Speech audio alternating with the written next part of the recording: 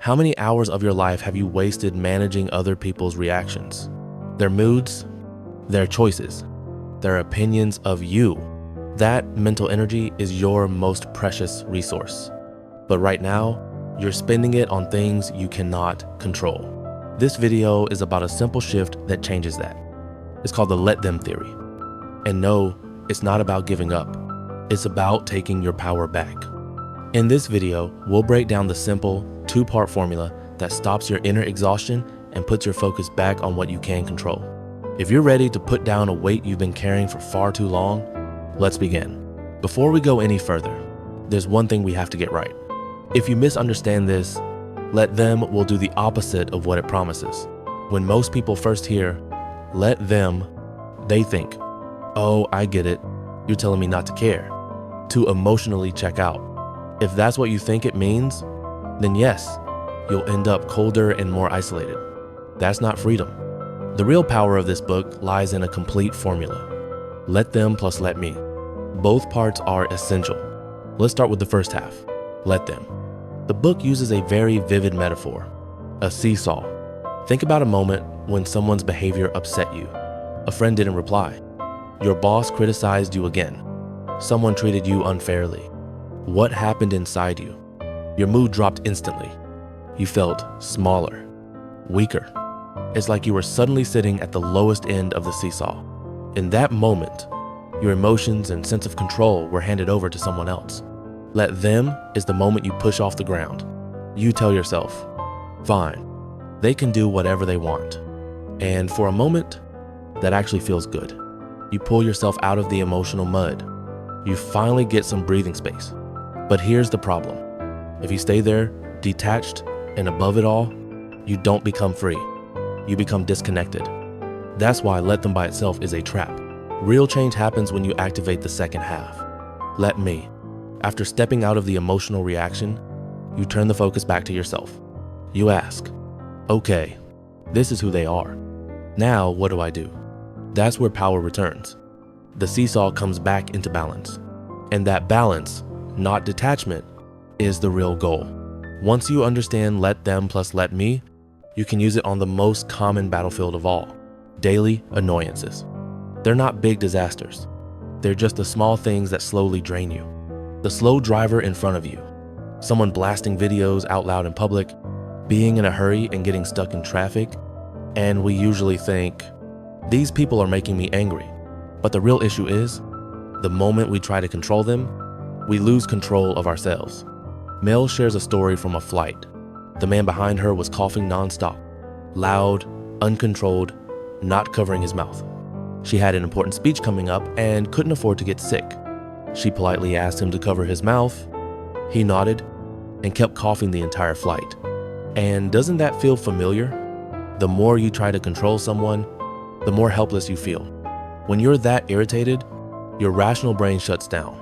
You're all gas and no steering wheel. So she used the formula, let them. I can't control whether he coughs. And instantly, her stress dropped. Then let me.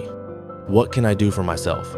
She covered her face with a scarf, put on headphones, turned on music, and suddenly, peace.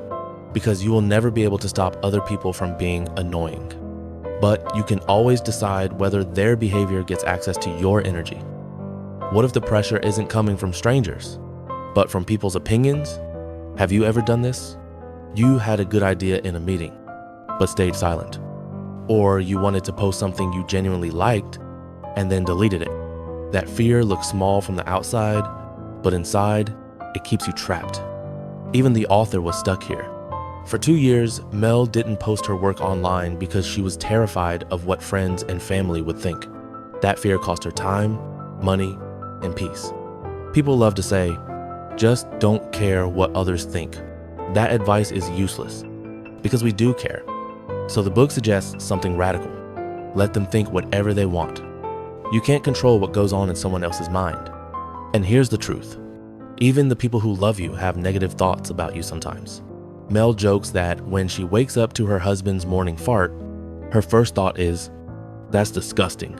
And yet, she still loves him deeply. Negative thoughts and love can coexist. Once you accept that, something shifts. Instead of asking, do they like me? Did I disappoint them? What are they thinking about me? You ask, what kind of person do I want to be? And that's where your power comes back. Sometimes the pressure isn't subtle, it's right in front of you. Someone uses their emotions to force you into giving in. You argue with your partner, and instead of talking it through, they go silent for days until you're the one who breaks first. Or your family starts with, I'm only doing this for your own good, while controlling your choices and leaving you full of guilt. That's emotional blackmail. And most of the time, we give in. Not because we agree, but because we're afraid of conflict. Afraid of making people unhappy. This book gives you a perspective that changes how you see it. It says, most adults are just 8-year-old children living in grown-up bodies. When they don't know how to handle emotions, they regress. Children pout. Adults give you the silent treatment. Children throw tantrums. Adults explode through messages, blame, or coldness. And what they're really doing is simple. They're trying to make you responsible for what they feel. Here's the boundary. You are not responsible for managing another adult's emotions. So you go back to the formula. Let them be upset. Let them sulk. Let them play the victim. And here's a mental trick. Picture the adult in front of you shrinking into an 8-year-old child wearing adult clothes. It becomes easier to stay calm. Then let me be the grounded one. Let me hold my boundary. Let me step away without guilt if the situation turns toxic. When you can do that, you stop being a hostage. You stay in control. And if you suddenly think, wait, what if I'm the one who does this sometimes? Don't panic. That's not failure. That's awareness. And awareness is where change starts. Now let's talk about something even more common. Comparison. Comparison is painful when you see someone living a life you secretly want. You watch them win, get picked, get what you've been hoping for. And something sour shows up inside. Not hatred, just envy. The book starts with a blunt truth. Life isn't fair. If you keep comparing yourself to things you can't change, you're torturing yourself on purpose. But there's another mode, teacher mode. When you envy someone who earned their results through effort, don't rush to suppress it. Envy is often your future self trying to get your attention. It's saying, that path is possible for you too. Mel tells a story about a friend of hers, a professional interior designer. His neighbor also started doing design and somehow blew up online. Her friend was furious, so he complained to Mel, and Mel said something that shocked him. You shouldn't be angry. You should be grateful, because the neighbor wasn't the problem. The neighbor was the lesson. Her friend had been procrastinating, avoiding social media, avoiding showing up. The envy wasn't really about the neighbor. It was about his own inaction. And once he saw that, the jealousy turned into fuel. He finally moved, finally showed up, finally built his career properly. So when envy shows up, let them succeed. Let them remind you what's possible. Then immediately, let me act. Let me learn. Let me stop complaining and start building quietly. Because once you change the lens, the person you envy stops being your enemy. They become your teacher. When we learn how to see other people's success clearly, we also learn how to relate to people more honestly. And there's one relationship where this matters the most: adult friendships. Let me ask you something. Have you ever had this feeling? When you were younger, you were always surrounded by friends, laughing, fighting, hanging out. It felt like those friendships would last forever. But the older you got, the fewer close friends you had, your contact list got longer, but the number of people you could call late at night and actually talk to almost dropped to zero. And at some point, you might have wondered, where did all my friends go? This book gives a simple explanation. It calls it the Great Scattering. When you're in school, friendship is automatic. But in adulthood, the container disappears. People scatter. Different jobs, different cities, different priorities. And it doesn't happen just once. marriage, kids, moving. Life reshuffles people again and again. Here's what softens everything. A lot of friendships don't end because of betrayal. Sometimes life just moves, and the timing no longer matches. So when a friend slowly exits your life, you can say, let them go live their life. This isn't giving up. It's maturity. But understanding isn't enough. You still need action. This is where Let Me comes in. Don't wait passively for connection to return. Create it. Mel shares that when she moved to a small town at 54, she felt painfully lonely. So she forced herself to introduce herself, to knock on doors, and that became the beginning of a new social circle. Adult friendship sometimes is a solo sport. You step forward first. Even something small, like asking someone, "What are you reading?" can be the start of everything. We've talked about friendship. Now let's talk about love. Modern dating is exhausting. We scroll, we hope, we guess, and we lose ourselves in mixed signals. But this book says something important. The problem isn't that love is hard. The problem is that we keep chasing love instead of choosing it. When you're chasing, your emotions depend on their response. But choosing is different. Choosing means you protect your standards. You decide who deserves your time, your energy, your heart. And the book gives one rule that cuts through everything. If someone likes you, you'll know. If they don't, you'll feel confused. Have you met someone like this?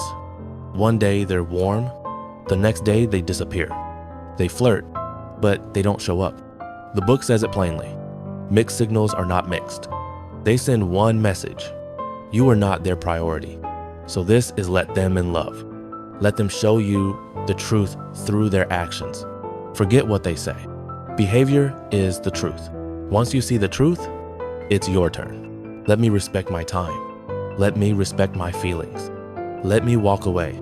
Let me choose someone who chooses me clearly, not someone who keeps me as an option. And if you're already committed, but the same pain keeps repeating, you talk, you argue, you explain, nothing changes. The book gives you a brutally honest choice. When someone's behavior has clearly told you, I'm not going to change, you only have two options. One, stop complaining and accept them fully. No resentment. Or two, end the relationship. Because staying while hoping they become someone else only creates long-term bitterness for both of you. At this point, we've talked about stress, opinions, friendships, and love. So many thems. But by the end of this book, you realize something quietly powerful. This book was never about them. It was always about you. Life is like a sky. Sometimes it's clear and blue. Sometimes it's heavy with dark clouds. Sometimes there's thunder and lightning. And yet so many of us spend our lives trying to control the sky. But the sky doesn't respond. Real awakening happens when you understand this. You can't change the weather, but you can always decide what you do next. You can open an umbrella. You can step into the rain and dance anyway. Or you can leave the storm behind and go somewhere the sun is still shining. The people in your life and the world around you are your weather. You can't control them, but you can completely control how you respond. And that choice changes everything. Think about how much energy you've spent worrying about what people think, guessing what they mean, trying to control what you never could. If even a small part of that energy had gone into building your life, where would you be now? That's the cost of not saying, let them, and the cost of not saying, let me. If you take one thing from this video, take this. You don't get your life back by controlling people. You get your life back by returning to yourself. Let them, and then let me.